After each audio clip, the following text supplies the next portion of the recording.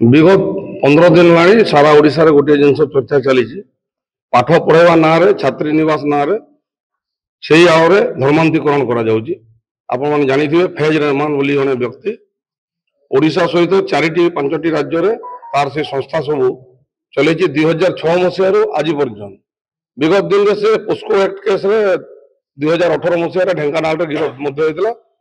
Jail रे मध्य 1.5 वर्ष रहितला। सेही परि जने व्यक्ति विशेष बिना अनुमति सरकार को कौन बिना अनुमति बिना कागज पत्र आज पर्यंत केमिति की दीर्घ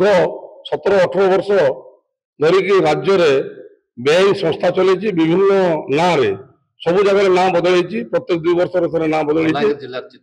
बलांगीर जिले में देखो पूर्व गंधेल पाखे गोटे आश्रम अच्छी बलांगीर सहर उपखंडस्थ से गुड न्यूज सेंटर ना चल बंद करके पुणी बांजीपाली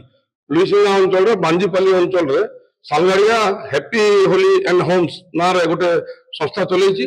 से संस्था दुर्भाग्यजनक घटना छोट छोट नाबालिका मानक अत्याचार अनैतिक कार्य असदाचरण आदिवासी हरिजन और गरीब श्रेणी छुआ पाठ पढ़ाइबा धर्मांतरिक तार प्रमाण आज्ञा बाहरी सारे ना विभिन्न प्रकार भिड और फोटो आसी।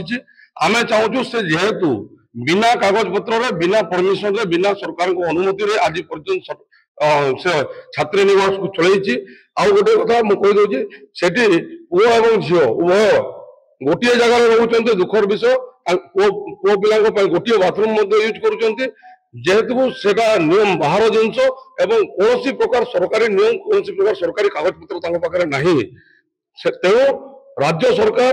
एवं पुलिस डीजी जेहेतु हस्तक्षेप करके विभिन्न जिला आरक्षी अधीक्षक एसपी मान निर्देश देते जे तुम जो जो स्थान में संस्थार संस्था चालू अच्छी कि छात्री निवास सिल कर आप देखिए 2 दिन तले झारसुगुड़ा बंद होता आम आरक्षी अधीक्षक महोदय को भेटिकी दाबी पत्र देवाई राष्ट्रीय हिंदू परिषद तरफ